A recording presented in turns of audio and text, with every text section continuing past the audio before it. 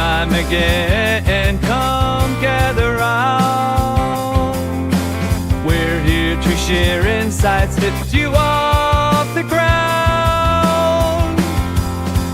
With culture and wellness and harmony they flow, helping you thrive, that's how we grow. Every other Monday we bring you cheer. Simon, Ashley, and Felipe are dear. Strong, the team's bright, a days ahead, building a workplace where passion is spread. Tune in, meet it, it's a brand new height. Healthy, happy, let's make it right.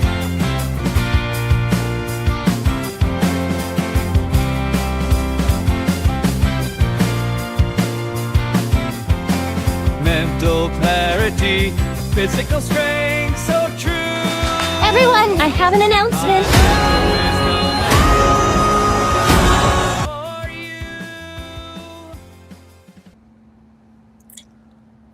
Well, hello, everyone. Welcome to another Workplace Wellness Hour.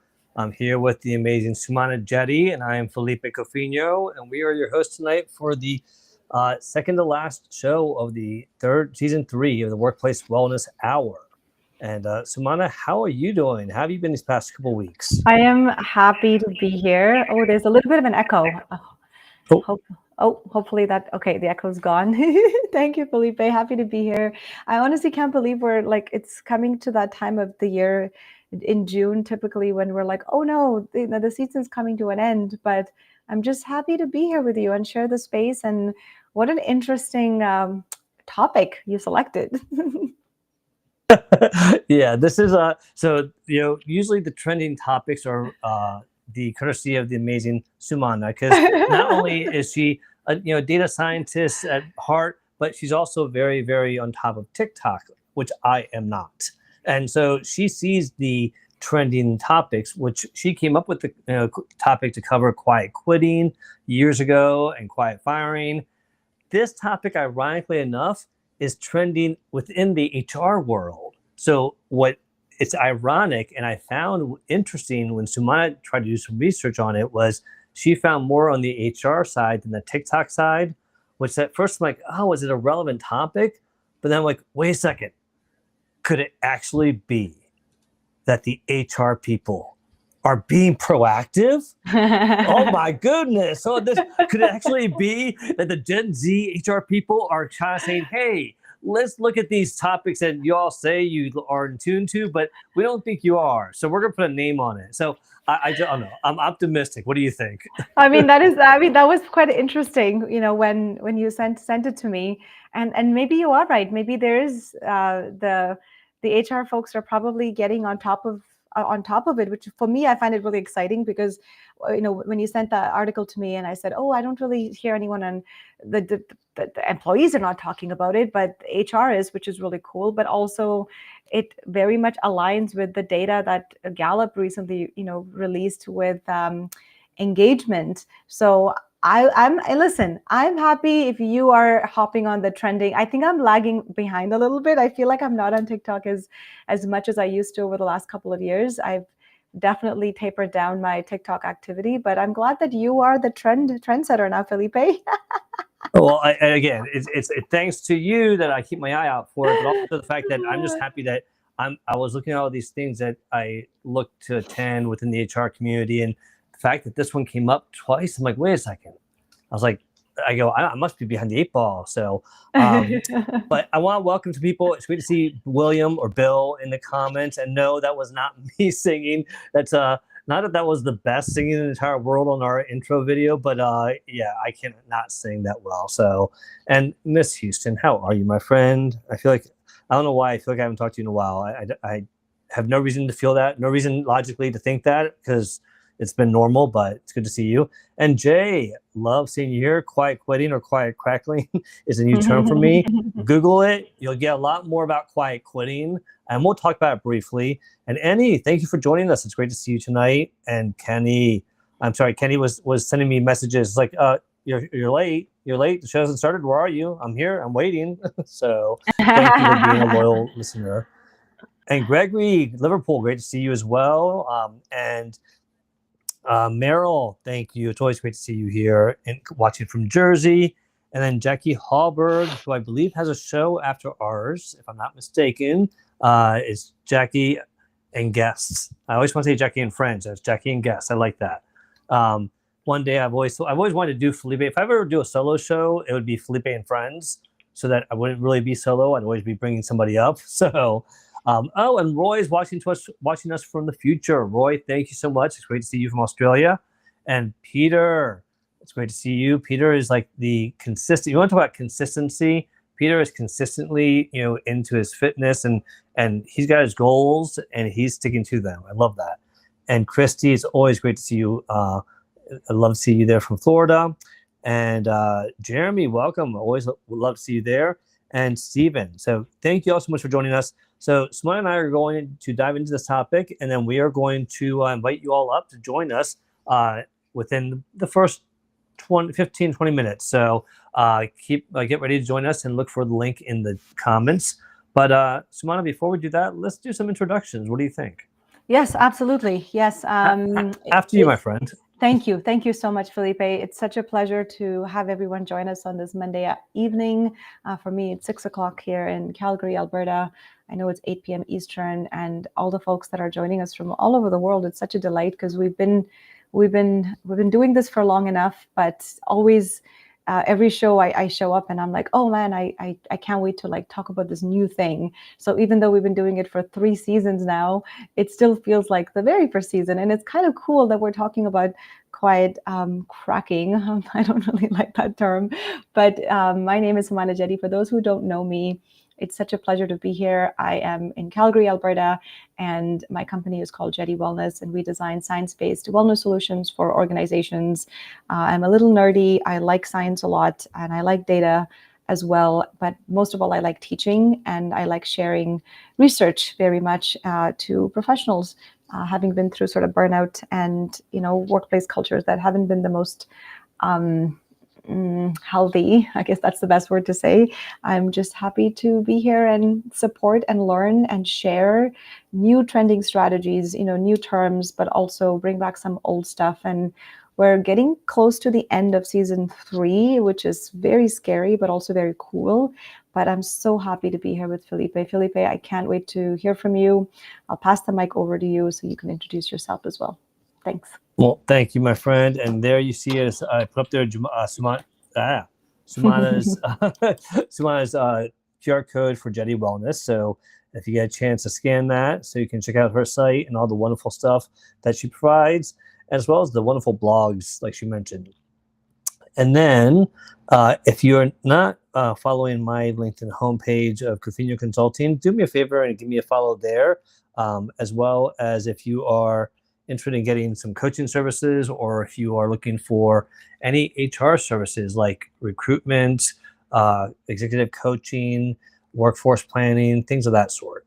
And if you wouldn't do me a favor, or if you would do me a favor of give me a follow or subscribe to my YouTube channel. That's where I really am trying to house everything that we do here, whether it's workplace wellness, careers, chaos, and coaching with Melissa Houston, or Social Saturday Chat, or even my own Felipe's 5 content that I put out there.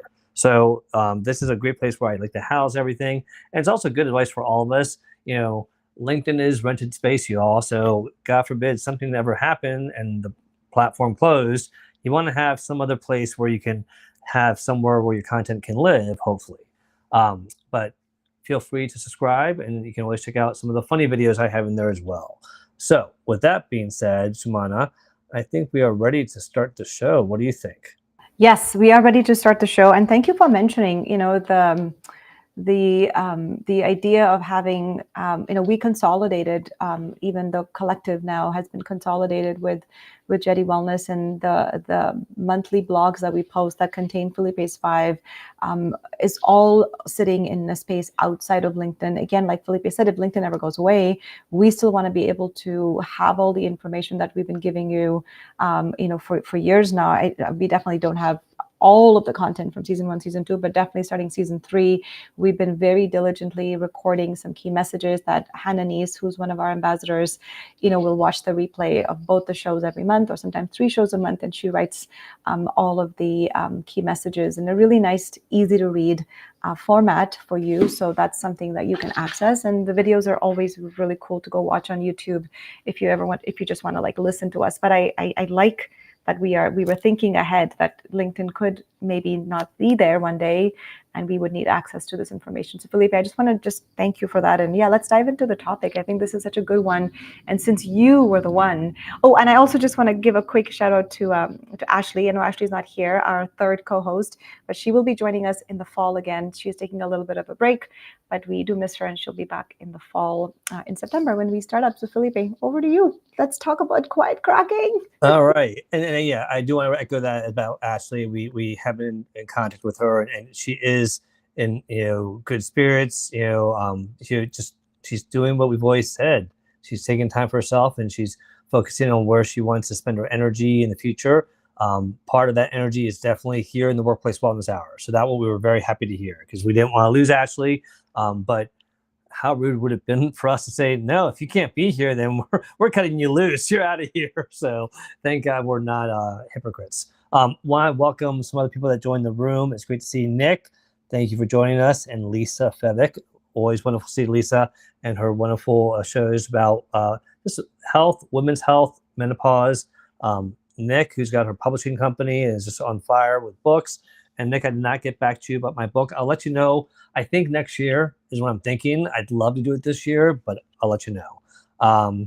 And there was a comment here earlier I wanted to respond back to. And G's here. Oh, G-Han, talk about being on fire. If you're not following G, please do. She is just, and let me put her name up here so y'all can see. She has got so much going on, but she is on fire. She is an HR buddy who's out there writing books. She's speaking at events. She's collaborating. She's got it all going on right now. So check her out if you haven't. Everyone here has been amazing. And did I miss Rashida? I did see Rashida. Hello, good to see you. And who else? Oh, Mangala, thank you for coming. And Leanne. And yeah, those were most, I think I got everybody. So, all right, thank you so much. And yeah, so as Samana mentioned, Fluidbase 5 is on the blog. So this topic about quiet cracking, let me just start off by saying, people are like, well, it sounds like it's burnout. It sounds like it's this. Like, yeah, it does. But quiet cracking is the way I'm interpreting it. And let me say that, because again, I did not come up with the terminology, but from what I've researched and what I've talked to people about and attended things about, it really is something where employees are beginning to emotionally and mentally deteriorate due to prolonged stress, insecurity, lack of support, but they're not showing the obvious signs of distress, or even the unobvious signs, or unobvious, sorry. Inobvious is not a word. And so it's really one of those people where we say people are suffering silently.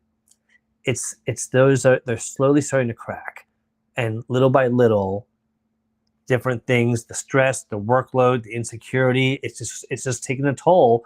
And it really comes down to, we all heard the saying, it's not new, that was the straw that broke the camel's back.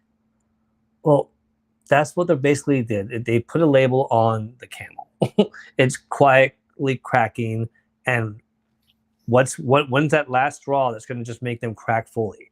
And that's what we want. That's where I was really proud of HR saying, we need to get ahead of this. We need to recognize those people that might be quietly cracking, because a lot of them are high performers, we're realizing. These high performers are like, well, the company needs me, or I can't show them that I'm weak, or whatever the reason is. They're not calling for help. And the other part that we realized is that they're not only not calling for help, they don't even realize in many cases that they need the help, because it's so subtle cracks. Like, we all seen it. One small issue. Oh, I got that. It's not a big deal. Oh, I have another issue over here. Okay. Oh, we got a small fire over here. They're all small. We got them all. But when you got 10 of them going on at the same time, you're like, holy crap, the world is like, the sky's falling. I need something to stop. And so that's what really is, in so many words, the best way I can define quiet cracking. Before I go into, and you'll be proud of me because we're going to do a little bit quicker here. Fluebase 5 is only one word on each slide, or maximum 2 words, I'm sorry, on each slide. But Sumana, before I go into that, what are your thoughts about that definition? No, I mean, that's exactly it. When I read the article and then I thought about it some more, this is that preventative, proactive thing that almost happens because we say, oh, we need to be proactive about burnout. And then quiet quitting happens after burnout. Disengagement happens before burnout. And then I think quiet cracking is almost like the first thing that happens. It's almost like the pre to burnout. So if burnout is like the third tier, I would say, from what I was thinking about it, I'm like, I think quiet cracking is almost like the first thing that happens.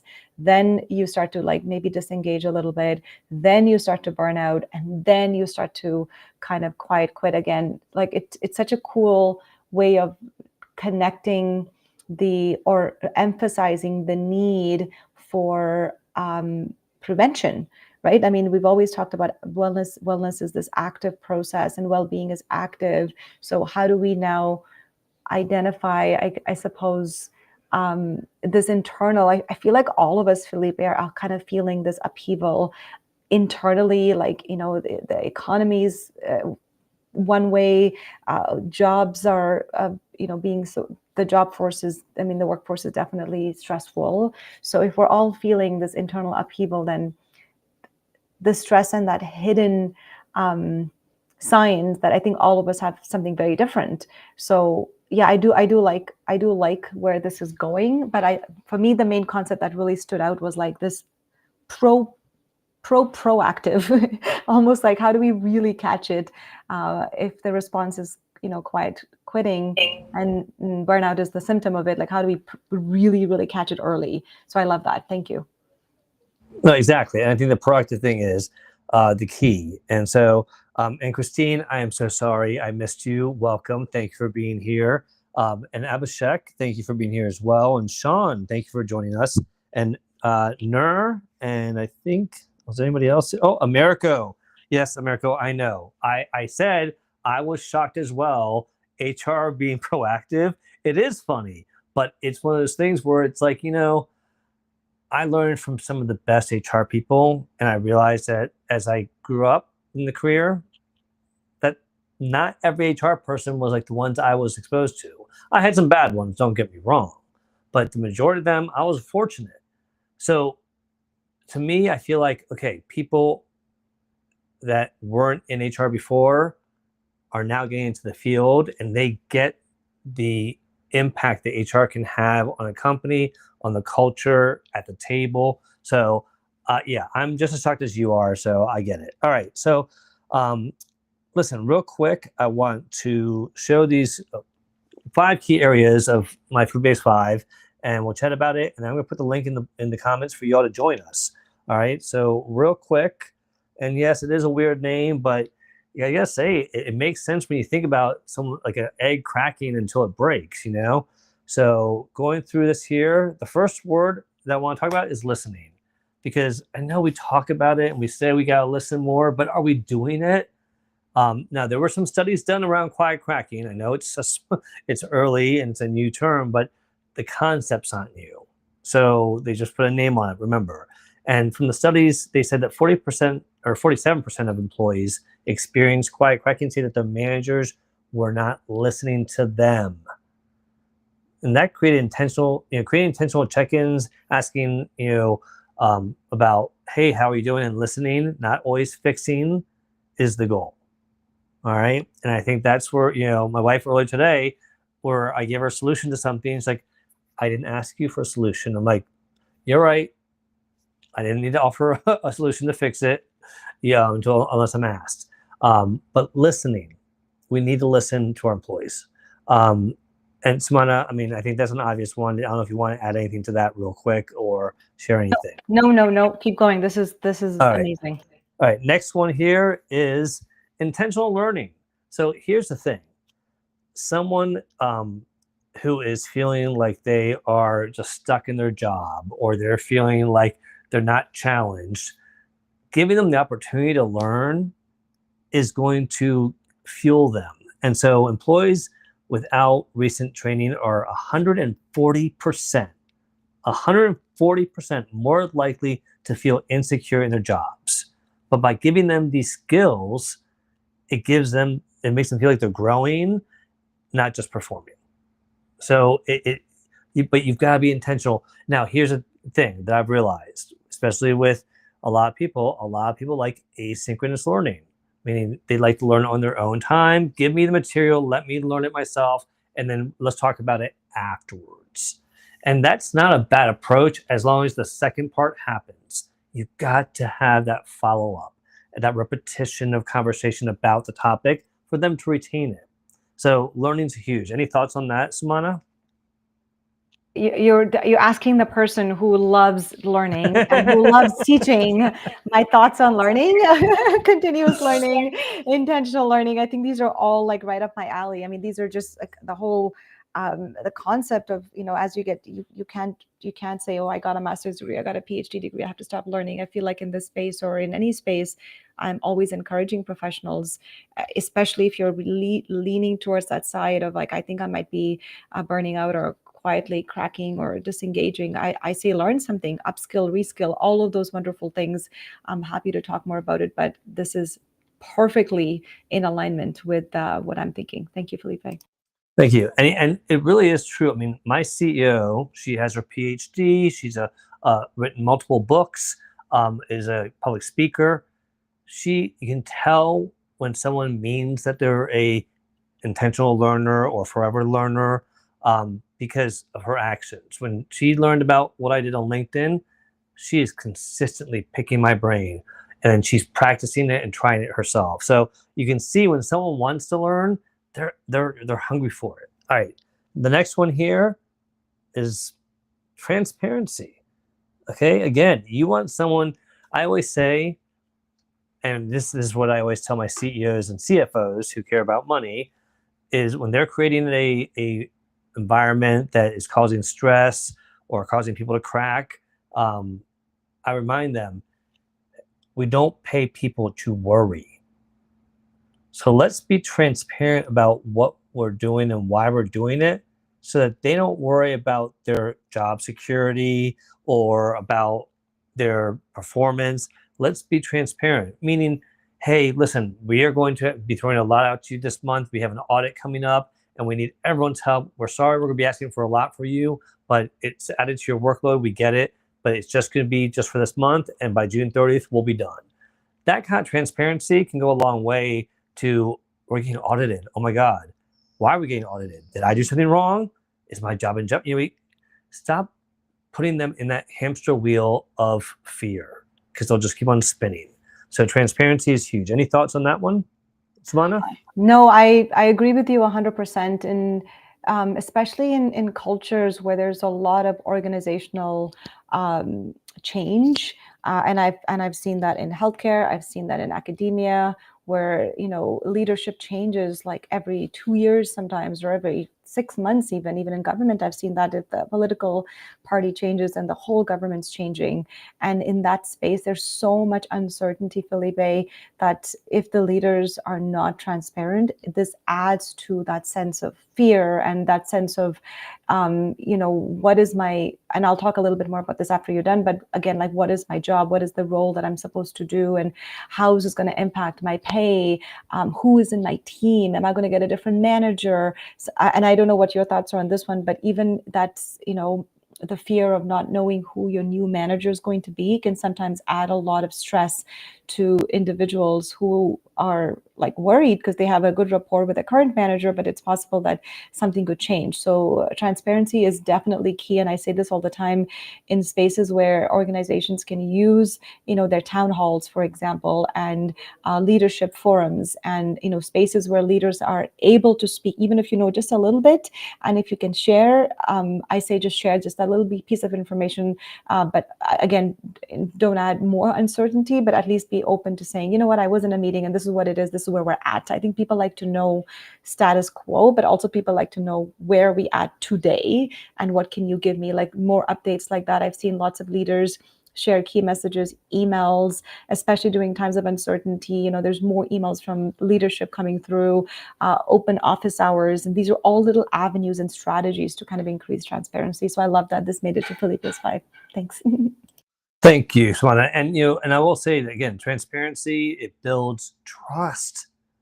Trust is a huge thing. When you have trust in your supervisors and you know that they trust you, that eliminates so much fear in the world. So think about that. All right, the next one here, human connection. All right, now this one here, again, seems obvious, but we gotta connect beyond just a task, showing interest in the individual, not just their accomplishments, So that connection creates psychological safety.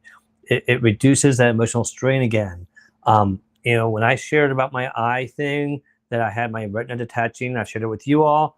I mentioned it to my CEO at work. I didn't make a big deal about it because, I didn't want her to think it was going to impact my work.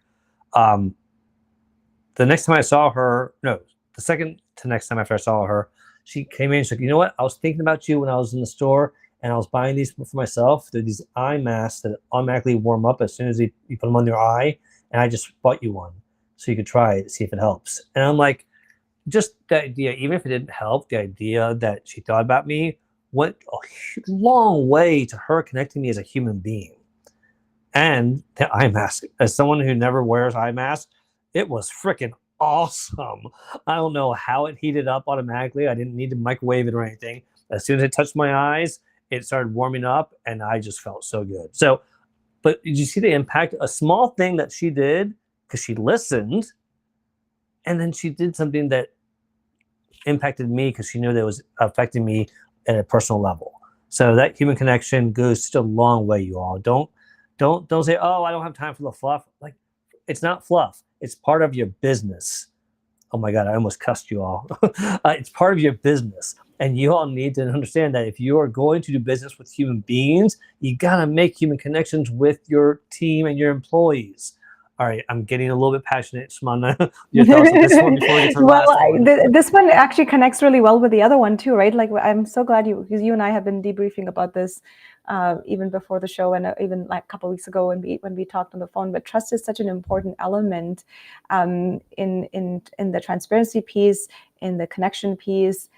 Even in the report that came out of Gallup, they said that almost 70% of people that they brought in for the study don't feel like their manager is supporting them or cheering them on for their development. So when we talk about professional development in the workplace, we say, oh, well, here's the professional development criteria that you need to follow. But it would be nice to have a manager or a leader actually say, I am cheering for you. I'm so glad you did that. I would love to know from the audience, if you're listening, like how many of you in these spaces actually follow up with your teams after they go to a workshop and they do this mandatory workshop that they're supposed to do, for example, to get their leadership credit. How many of you ask them like, hey, how was it? What did you learn? Tell me about it. I'm so happy that you're developing. I'm cheering for you to do well, whether it's in the office or some folks are even doing their master's degree or they're doing other diplomas. So a lot of people don't feel that they have connection, and not just human connection, Felipe, in terms of like, oh, I care about you. Here's the eye mask, which I think is amazing. But in the space of well-being in the workplace is also the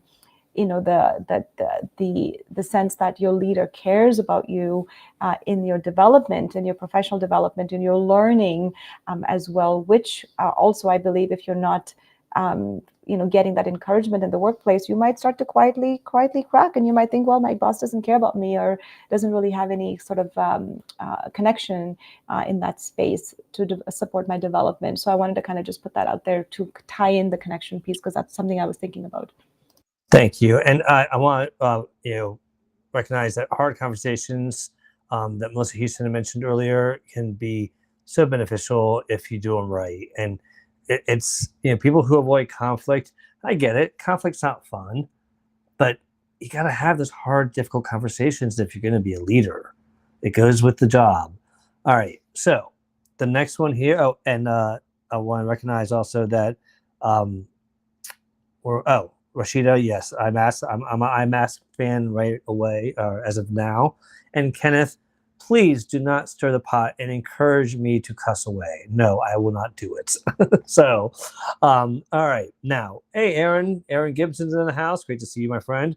All right, the last one here, Samana, is space to pause and reflect. Give them that chance, even if it's those micro moments. Go take a walk. Go sit. If you have a wellness room, go sit in the wellness room.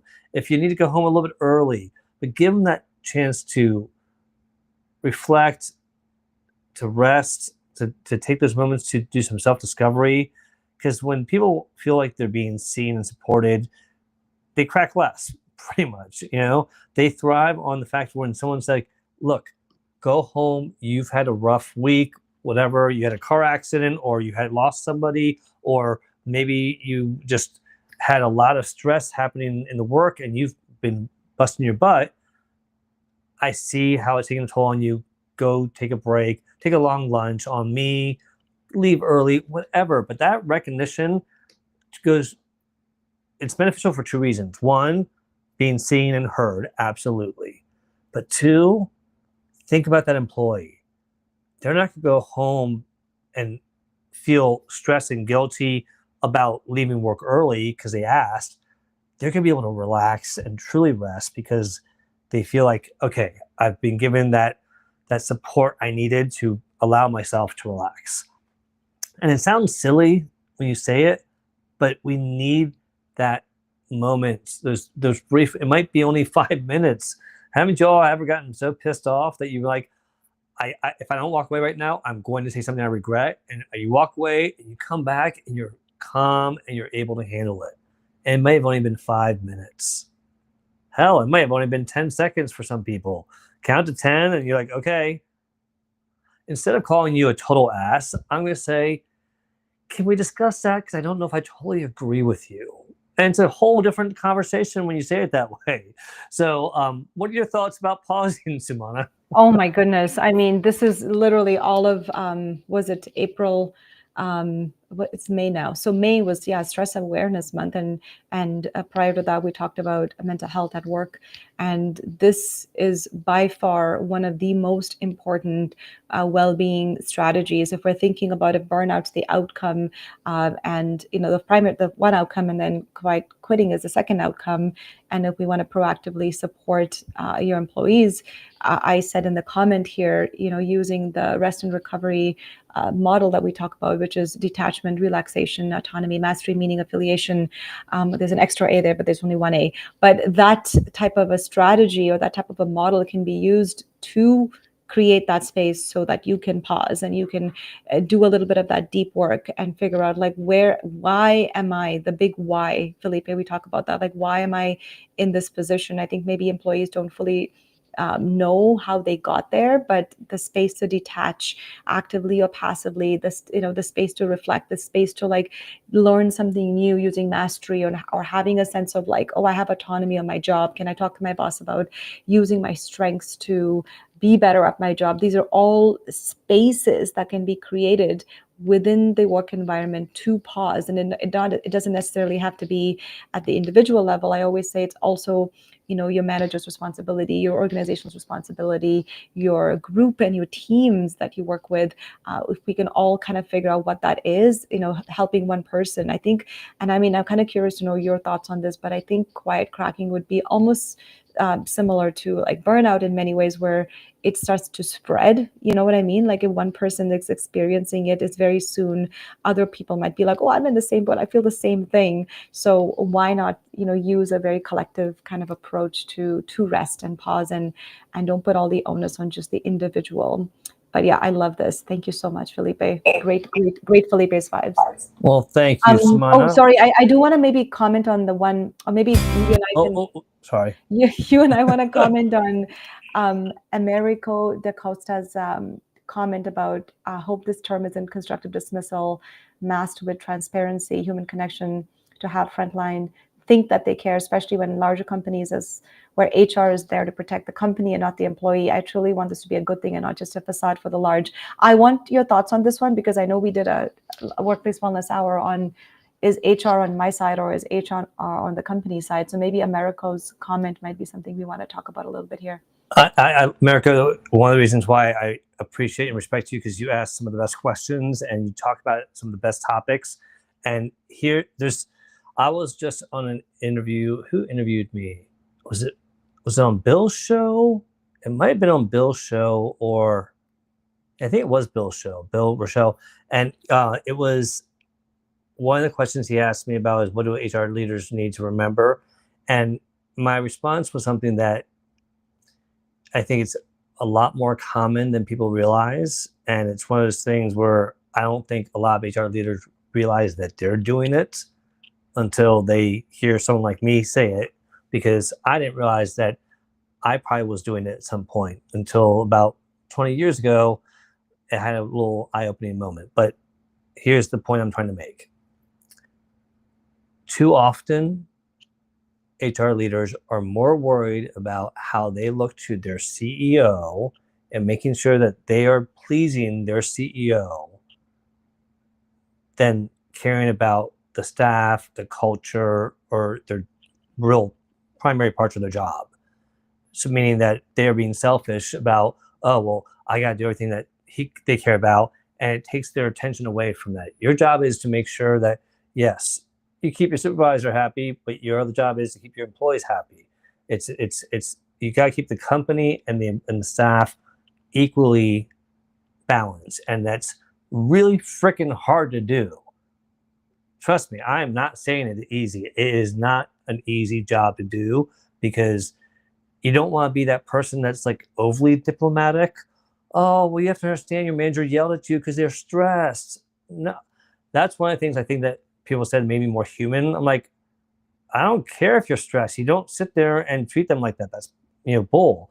And when the employee looked at me, like, the previous HR person never said that. I'm like, well, it is. And so we have to realize we've got to look at what's the right thing to do. One of my favorite things that my CEO does or says, she says every time there's any kind of small mistake, she's like, all right, what's the next right thing to do then?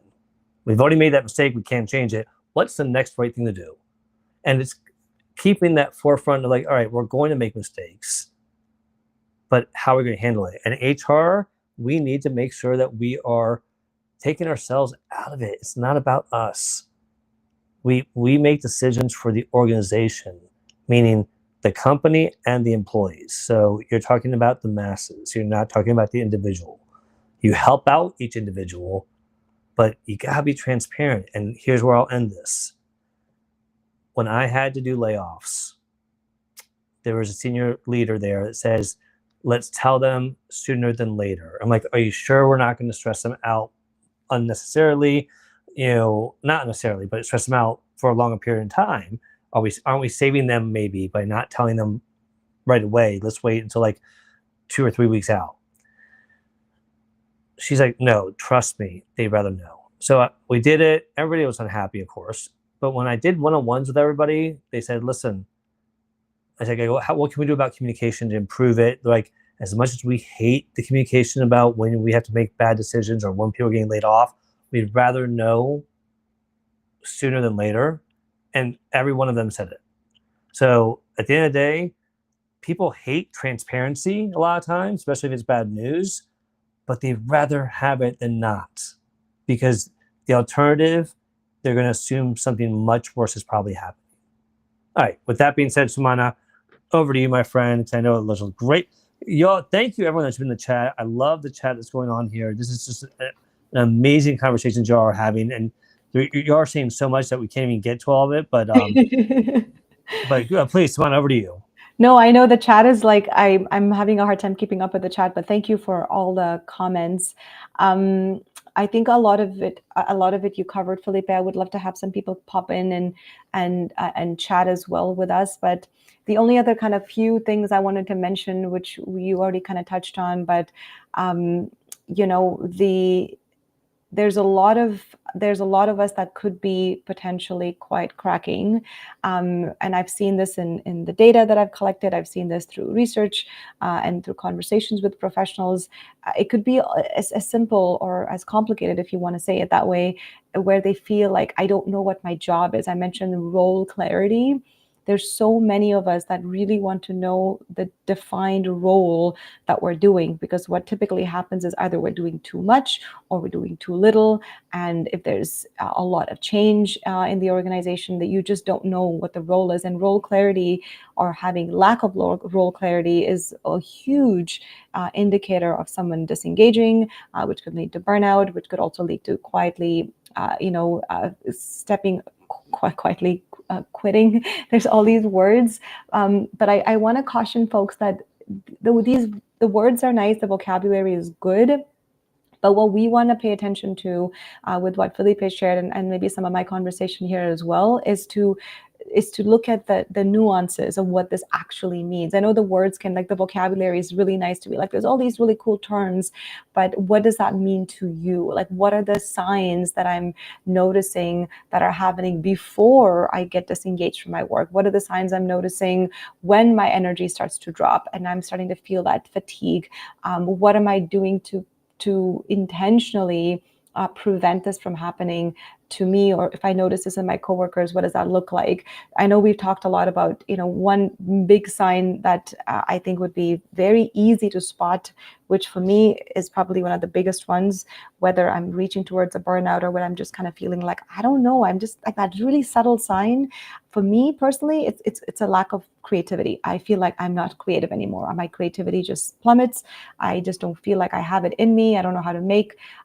If I read a research paper, it doesn't come easily to me. So for me, that could be, hey, maybe I'm quietly cracking, but I don't know what that word means. All I know is like, hey, my creativity is starting to plummet. So what I want you to kind of pay attention to is those subtle signs, and they could mean different things to different people. So I would leave it at that for now, because I do want to hear from Rashida, who's up on stage as well, to share your thoughts, and then we can maybe go through a few comments as well. But make this what you want to make it, because I don't think there's a lot of literature per se, but I do like that we are learning, something new, and those subtle signs could be different for different people. So that's about all I have to say. Thank you. Yeah, and those signs, at the end of the day, you're looking for people who, well, when we all have those moments when people ask, hey, are you okay? And your response is, yeah, I'm fine. You're like, I really appreciate you checking on me. And you do feel like you're okay. That might be a small warning sign that you need to do a self-evaluation, saying, oh, well, maybe there's something I'm giving off that I am handling a lot of stress. Maybe I do need to check on myself. So with that being said, Rashida, thank you so much for coming up. Please take the mic and tell us, what's your question, experience, concern? Over to you. Thanks so much for having me here, Felipe.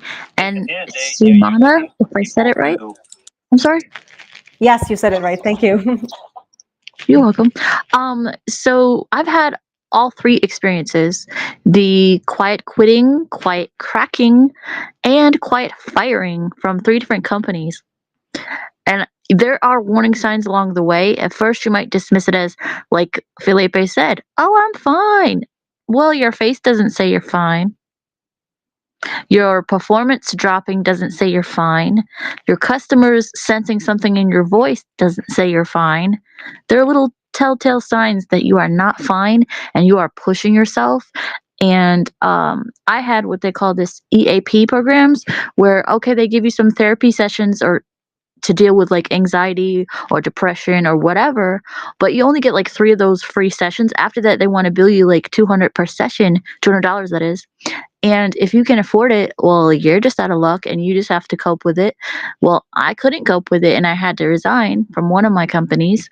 The other two was the quiet firing, where they knew it was the rumor mill, but it was not a rumor after all, that we would lose our contracts and all of us would be out of a job.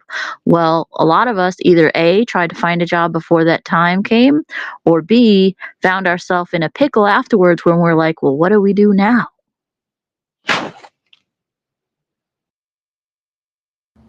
Well, and Rashida, that's the thing that I think when you have people that are being transparent and trustworthy, it's great.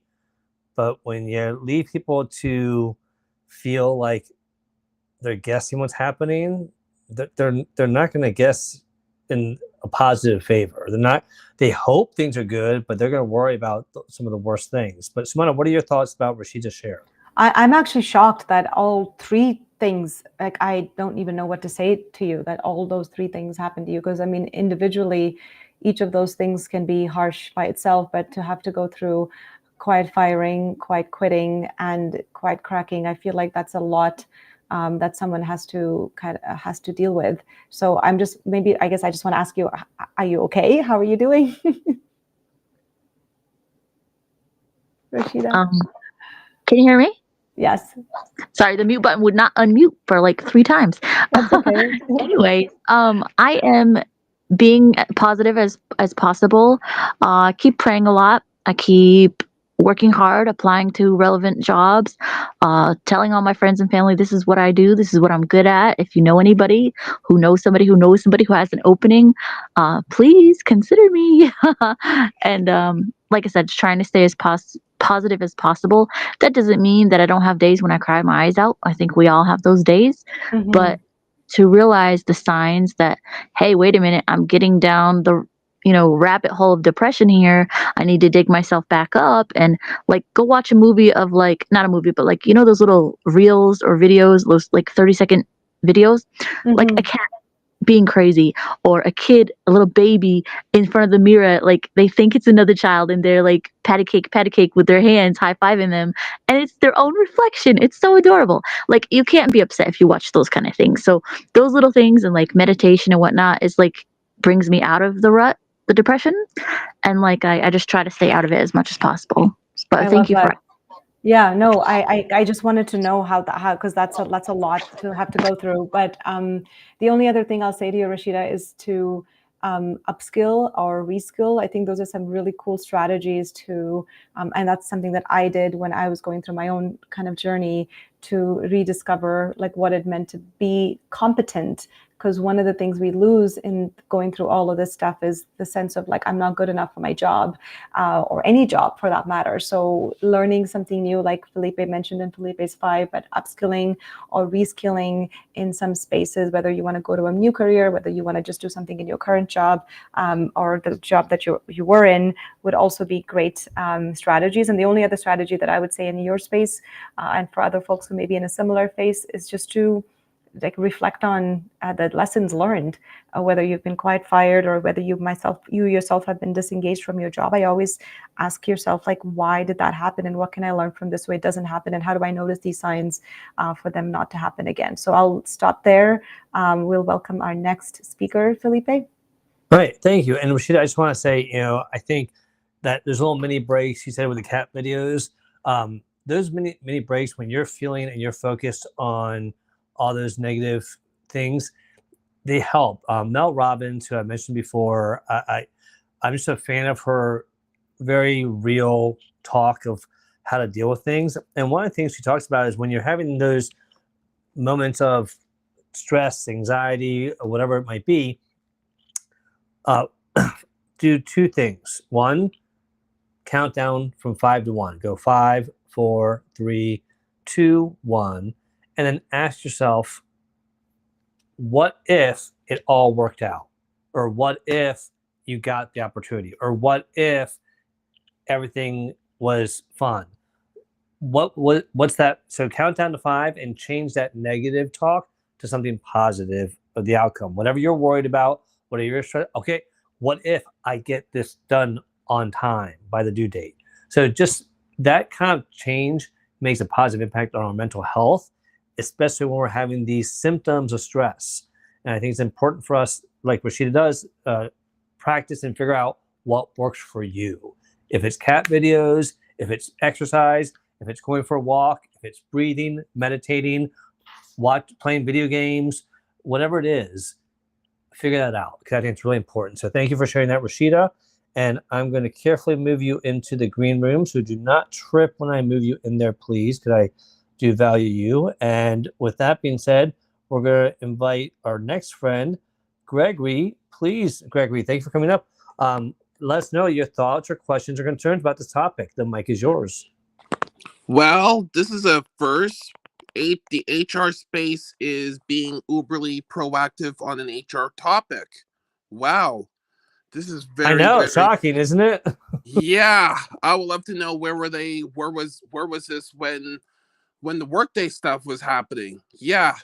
That's Okay. Well, another thing for a different show. HR does not run Workday. We just use the system, okay? I know. That's another show idea. Maybe we should talk about this.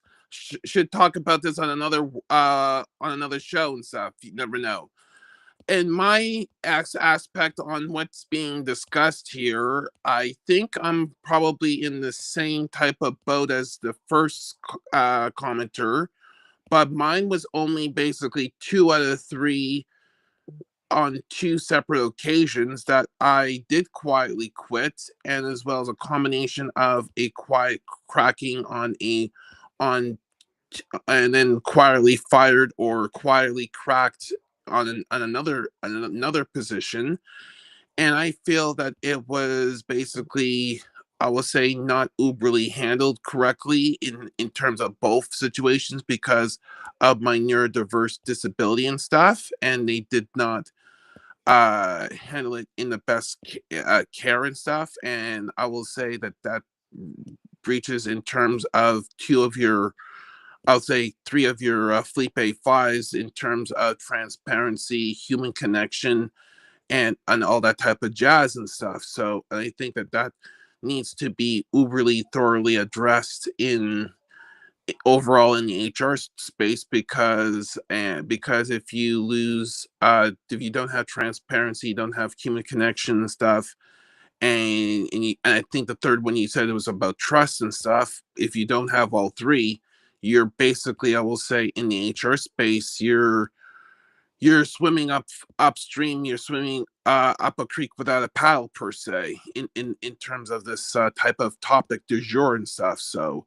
it's, I will say, it's a very, very interesting topic and stuff. And I think I could basically, and I said this to G, who lives in the Dallas Fort Worth area, and she was like trying to find what's the difference between this and burnout. And I could basically say that burnout is kind of like drinking a bottle of beer. I'm not going to go in terms of which type of beer that you like, but in terms of this is kind of like more faster and more and more pronounced, such as drinking a shot of vodka or Tennessee whiskey. Shout out to Chris Stapleton, who had a hit country single on it and stuff. So that's how I look at it and stuff. So. Well, I always appreciate you sharing your insights and your perspective, Gregory. Honestly, you keep me on my toes. I'll be honest with you. I love when you come up here because you do challenge things, and as you should, because the one thing that I've always welcomed is people. When I have my teams, I always say challenge my ideas because I want them to be well thought out ideas, and I want to hear different perspectives. And you're somebody because people like me, because I adopted a kind of like a new punny type of thing.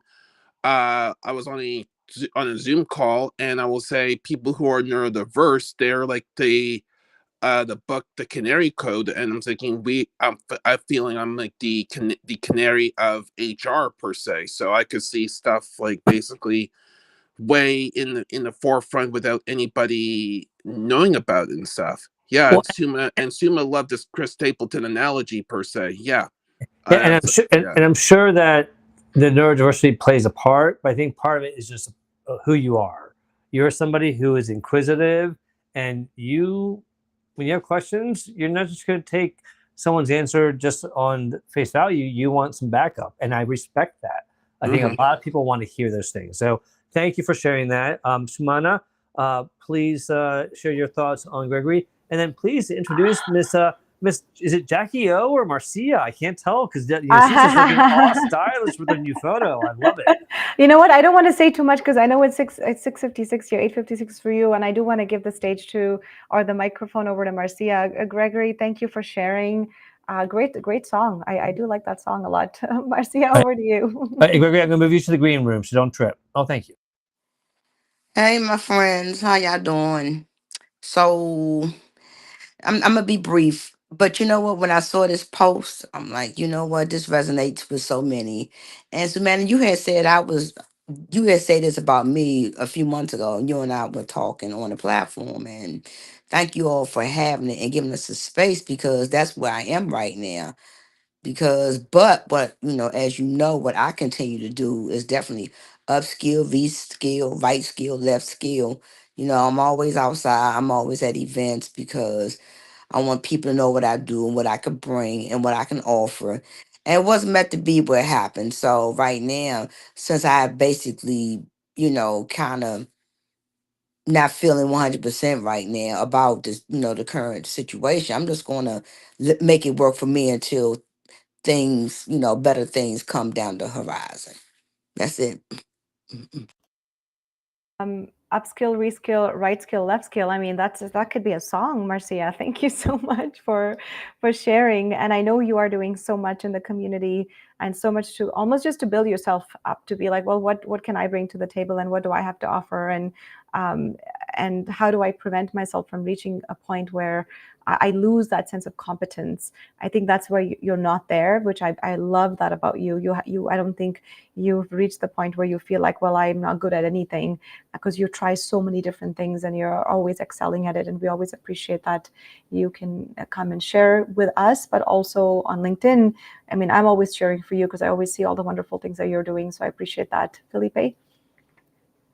Marcia, you know that it is not the Workplace Wellness Hour without Marcia Lee showing up. So first of all, thank you for always being here. And, as you were talking, well, before I say what I'm going to share, I do agree with Sumana. That should be like some kind of country song or some kind of song, the upskill, reskill, add in side skill, down skill. I don't know. But with what you were saying, that my heart goes out to you because you are somebody who is consistently trying to make things better, not just for yourself, but for others in the workplace.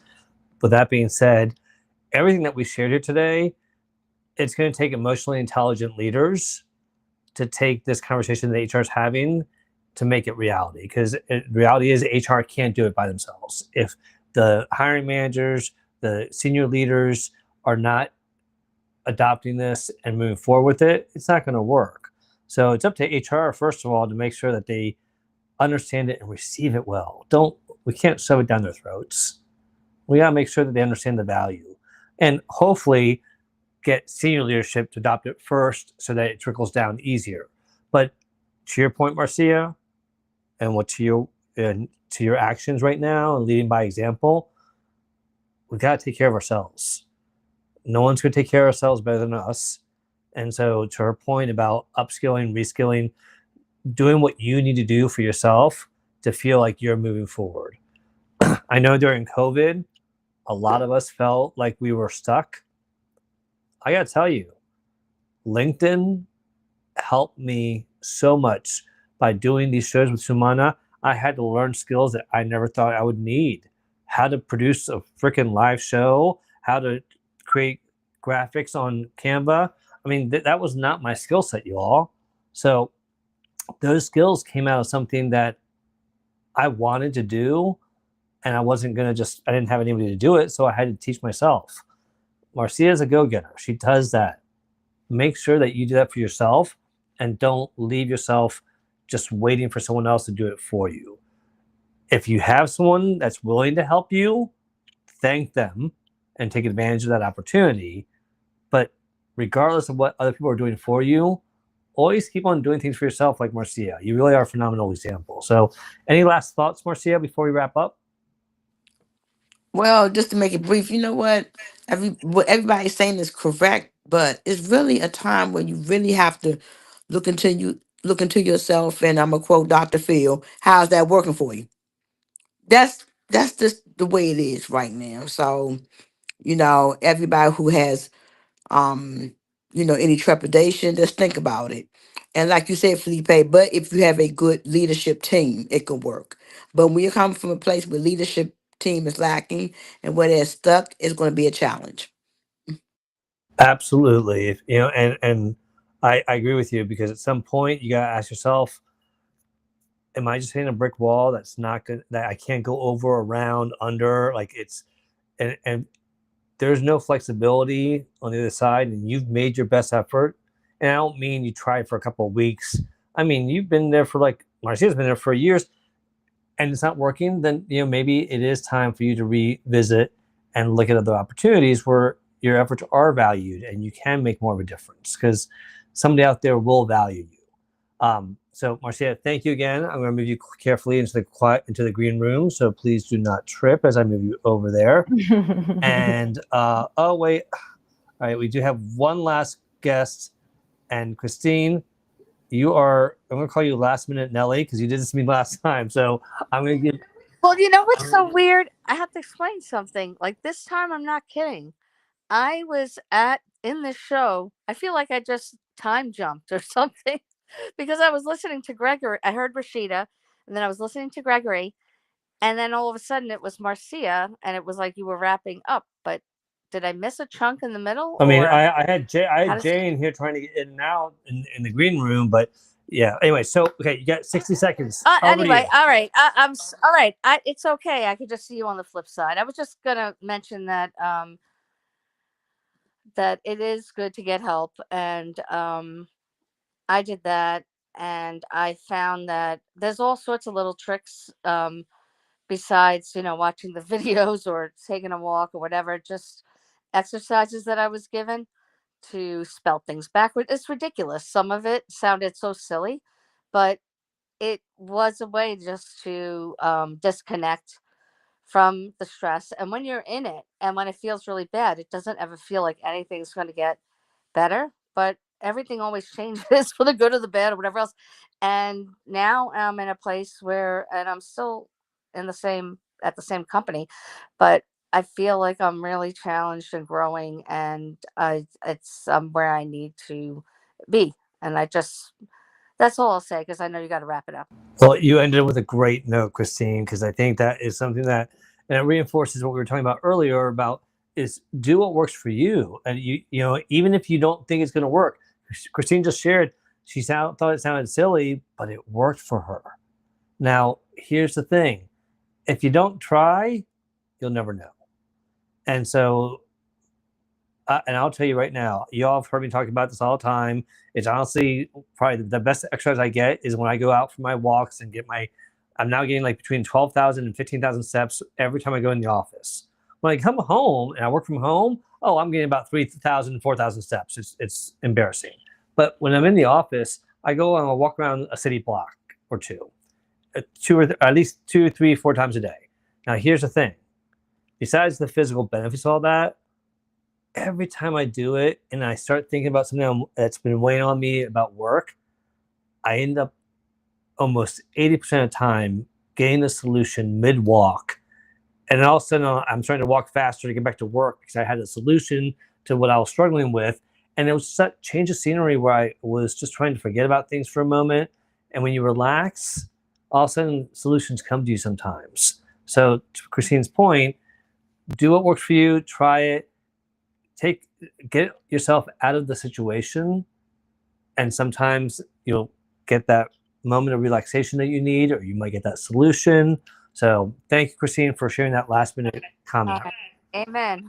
All right, have a great night. I'm going to put you back into the green room here. And Sumana, let's wrap up this show. We've had a great show. Thank you all in the comments. You all have been blowing up the comments. It has been an amazing night. This topic definitely resonated more than I thought it was going to. What are your thoughts after the whole show? No, fantastic. I need to go back and read all the comments. I think my only final key message would be, when I talk about the difference between capacity, what is your capacity versus what's your capability? A lot of us are very capable in the jobs that we do, in our work life, in our home life, being a parent, being a mom, being, a sister, an aunt, whatever your title is. And then also in your workplace, you have capabilities, because you're so smart and all of you are very high performing individuals from what I can see in the comment here. But when we talk about, I think as I'm reading the comments, Felipe, it's becoming quite obvious to me, like the cracking piece is like, when I think about capacity, like what is the moment just before, you break? Are you able to identify those signals just before you reach that breaking point, that limit where you tell yourself, like, oh man, I'm checked out, like I'm totally checked out of this relationship, I'm checked out of this job, I'm checked out of this project, out of this email? You have that moment, and it could be so small, and that's the voice I want you to listen to. That capacity, not when you need to, when you've already broken, that capacity just before, just that little tiny voice where you can, and I think we all know it. I can guarantee you, I felt that in so many spaces in my life where I'm like, I just feel like I'm reaching that limit and I'm about to check out, but what do I do? So that's where we want you to pay attention to, and maybe what we can do as we are wrapping up, because there's only one more show left before we close off 2025 season 3. Maybe we can talk about some strategies and do a follow-up on this one, Felipe. I don't know what your thoughts are, but maybe just talking a little bit more about what do we do now that we know what it is, what do we do? And that could be our season 3 wrap up. That's what I have to say.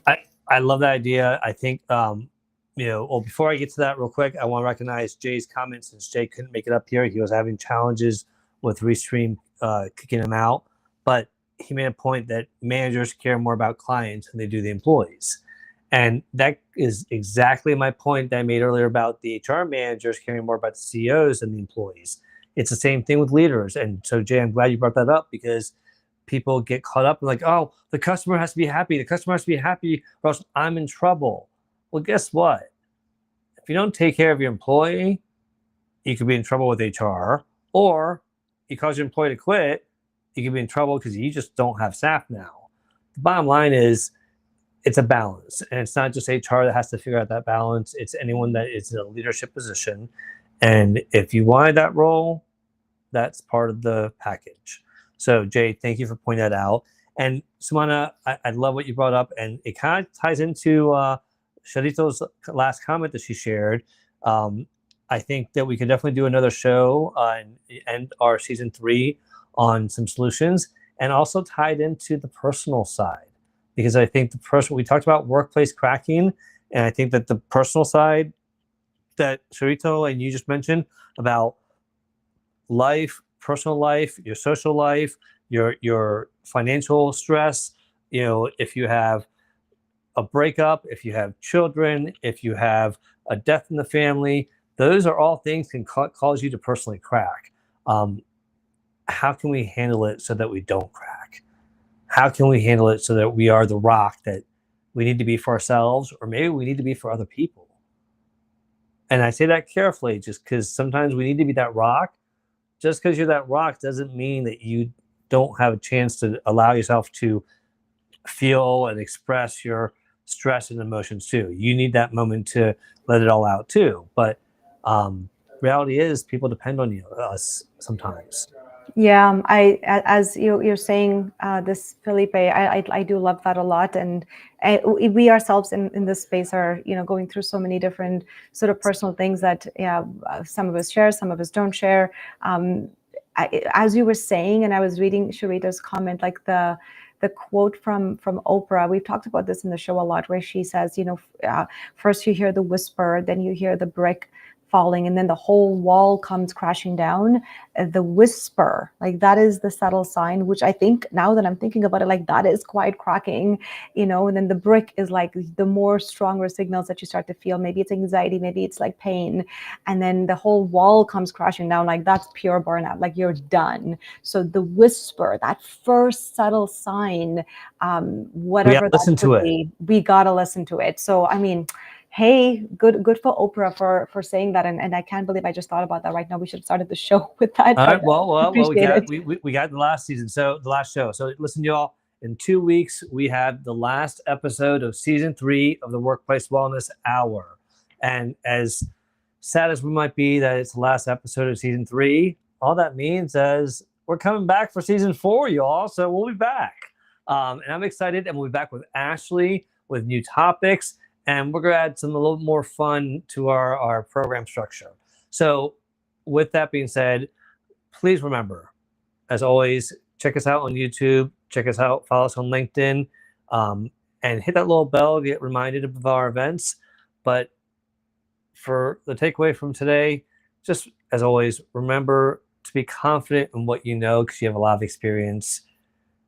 Be curious about what you don't know and learn.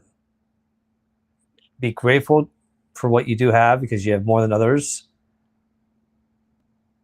Be compassionate to yourself. Be as compassionate as you would with other people. And then be tenacious as hell because you got this and you'll get through it. So with that being said, I wish you all a wonderful rest of your evening, day, wherever you are in the world. Thank you for joining us. And Sumana, I hope you have a great rest of your Monday, and we'll see you all in 2 weeks. Yes, we'll see you in 2 weeks. Thank you, everyone. And just as a quick reminder, on Wednesday, Workplace Wellness Hour, May key messages will be posted. The blog will be posted on Wednesday. Hannah put that together. And then I will see you in 2 weeks at our last show of the season. Bye, everybody. Adios, everyone. Adios.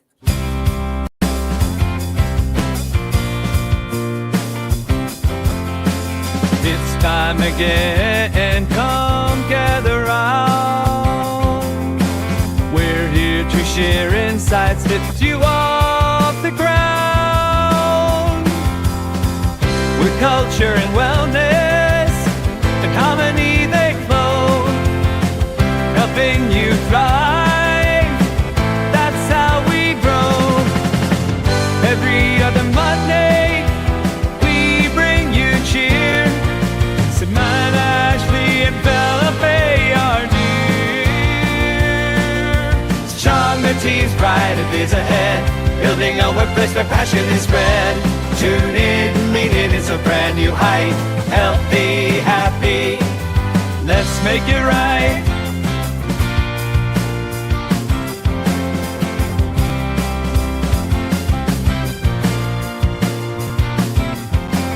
Mental clarity, physical strength, so true. Everyone, I have an announcement.